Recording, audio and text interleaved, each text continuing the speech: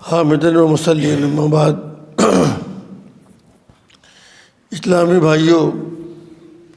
مذہب اسلام ایک فطری مذہب ہے۔ فطری مذہب کا مطلب یہ کہ جو فطری تقاضے ہیں اسلام میں ان تمام کو ملحوظ رکھا گیا ہے، کیونکہ انسان کے جو فطری امور ہیں اس سے کوئی آدمی نظر انداز نہیں کر سکتا۔ مثلاً بھول جانا انسان کی ایک فطری بات ہے، ہر ایک آدمی کو اس سے سابقہ پڑتا ہے، کوئی یہ نہیں کہہ سکتا کہ میں بھولتا نہیں۔ اس لیے بھول جانے کا جو معاملہ ہے اس کو بھی مذہب اسلام میں ملحوظ رکھا گیا ہے کہ ایک آدمی روزے سے ہے، اسے یاد ہے، لیکن ایسا بھی وقت کبھی کبھی آتا ہے کہ وہ بھول جاتا ہے کہ میں روزے سے ہوں، اور اگر ایسا ہوا تو پھر کیا حکم ہے؟ ایک روایت کے اندر ہے کہ من نسی وہو صائم فاکل وشرب فلیتم صومہ، کہ جو آدمی بھول گیا اس حال میں کہ وہ روزے سے ہے اور بھولنے کے بعد اس نے کھا لیا اور پی لیا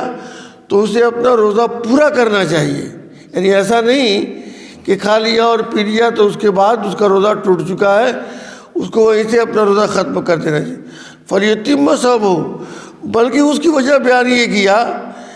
کہ فإن اللہ اطعمہ وسقاہ، اس لیے کہ اللہ تعالیٰ نے اسے پلایا ہے اور کھلایا ہے۔ تو جب اللہ تعالیٰ کا یہ نظام ہے تو اس نظام کو بھی اس نے ملحوظ رکھا ہے کہ عین ممکن ہے کہ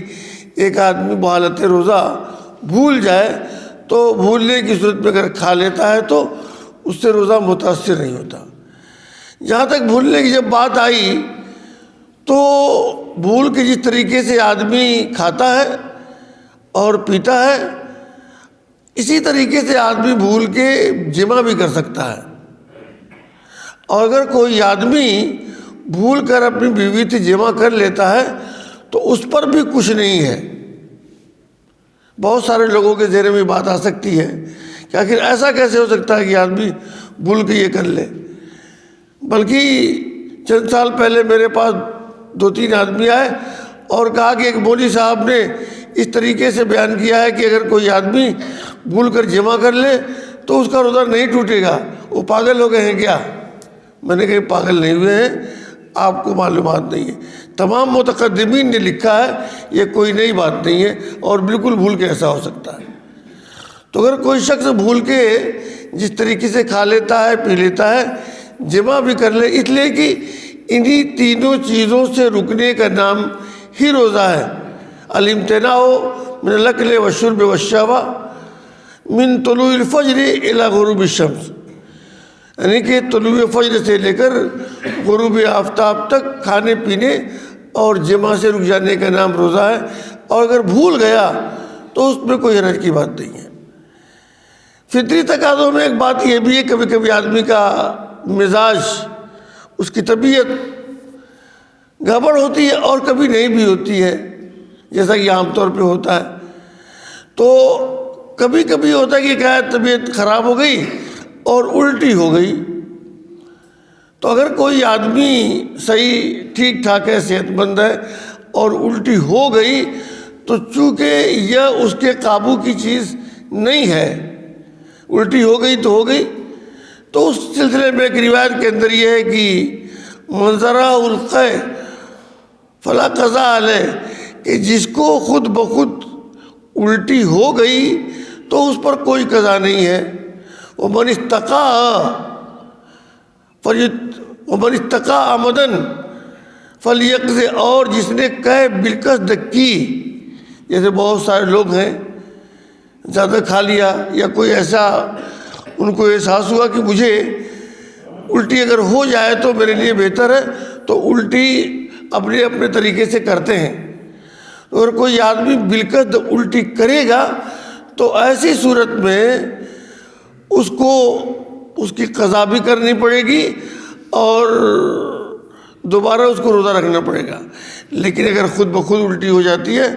تو اس میں کوئی حرج کی بات نہیں، کوئی دقت کی بات نہیں ہے، اسے پورا روزہ کرنا ہے۔ جس طریقے سے الٹی ہو جانا فطری بات ہے، ایسے یہ بات بھی کہ شخص سویا ہوا ہے، سونے کی حالت میں احتلام ہو گیا، یہ آدمی کے قابو کی چیز نہیں ہے۔ کسی بھی وقت سویا اور احتلام ہو گیا تو احتلام ہونے سے بھی کسی کا روزہ متاثر بالکل نہیں ہوتا، کیونکہ اس میں آدمی کے عمل کا کوئی دخل نہیں ہے۔ لیکن اگر ایک آدمی اخراج منی وہ بالقصد کرتا ہے، استمنا کرتا ہے، تو اس کو اس کی قضا بھی کرنا ہے، اور قضا کے ساتھ ہی ساتھ اس کو توبہ استغفار بھی کرنا ہے جو اس نے یہ غلط کام کیا۔ تو یہاں پر جس طریقے سے کھانے کی دونوں شکلیں ہیں، الٹی کی دونوں شکلیں ہیں کہ ایک آدمی غیر شعوری طور پر اور خود بخود الٹی ہو جاتی ہے تو اس پر کچھ نہیں، مگر الٹی کرتا ہے تو وہ ایک مجرم ہے۔ بالکل ٹھیک ایسے ہی اگر ایک آدمی احتلام ہو جاتا ہے جس میں اس کے عمل کا کوئی دخل نہیں ہے تو اس پر کچھ نہیں ہے، لیکن اگر وہ اخراج منی کرتا ہے تو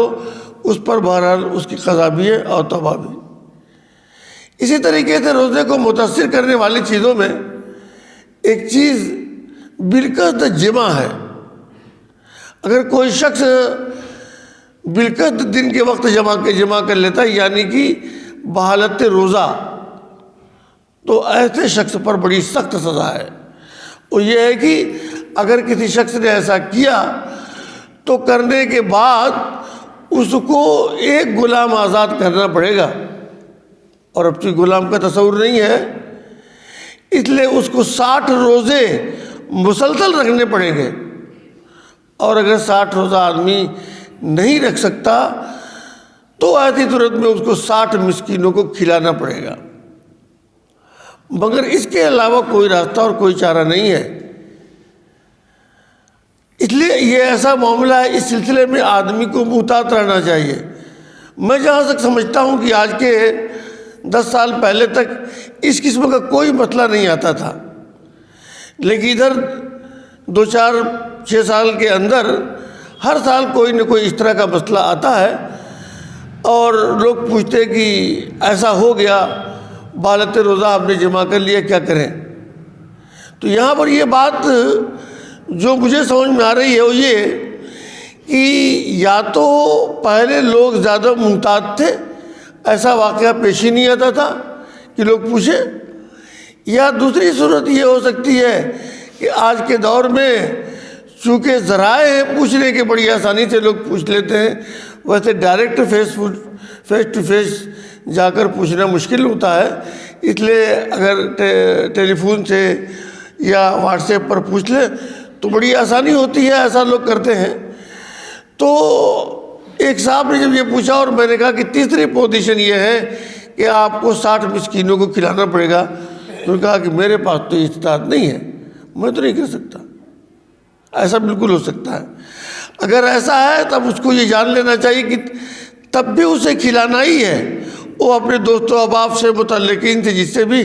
لے کر کھلائے، مگر چارہ کار نہیں ہے، اس لیے کہ تیسری پوزیشن یہ ہے۔ اب رہا معاملہ بیوی کا، کہ ایک آدمی نے اگر بحالت روزہ جمع کیا ہے تو ایک آدمی کو یہ تمام، مطلب کہ یا تو غلام آزاد کرے، یا 60 روزے رکھے، یا 60 مسکین کو کھلائے۔ رہا معاملہ بیوی کا تو اس کی 2 پوزیشن ہے۔ ایک تو یہ کہ اس نے اور بیوی نے آپس کے مشورے سے یہ کام کیا، تو گویا کہ بیوی کے عمل کا دخل ہے، ایسا نہیں کہ اس کے لیے آمادہ نہیں تھی، تو اس کو بھی ایسے ہی کرنا پڑے گا، وہ بھی ایک غلام آزاد کرے، یا 60 مسکین کو کھلائے، یا 60 روزے رکھے، یا 60 مسکین۔ لیکن اگر شوہر نے اس کے ساتھ بالقصد اور بالجبر یہ کام کیا ہے،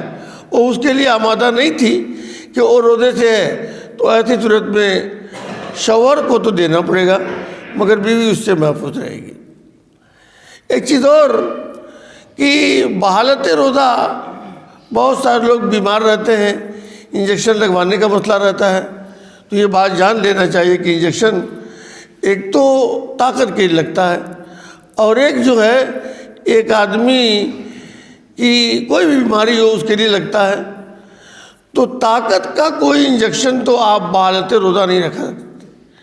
لیکن اگر طاقت کا نہیں بلکہ بطور علاج ہے، بطور بیماری کے شفا کے ہے، تو ایسی صورت میں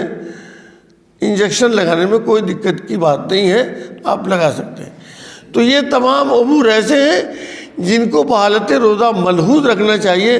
تاکہ ہمارا روزہ کسی طریقے سے خراب نہ ہو اور متاثر نہ ہو۔ دعا ہے کہ اللہ تعالی ہم سب کے روزے کو محفوظ بھی رکھے اور قبول فرمائے، آمین۔ والسلام علیکم ورحمۃ اللہ وبرکاتہ۔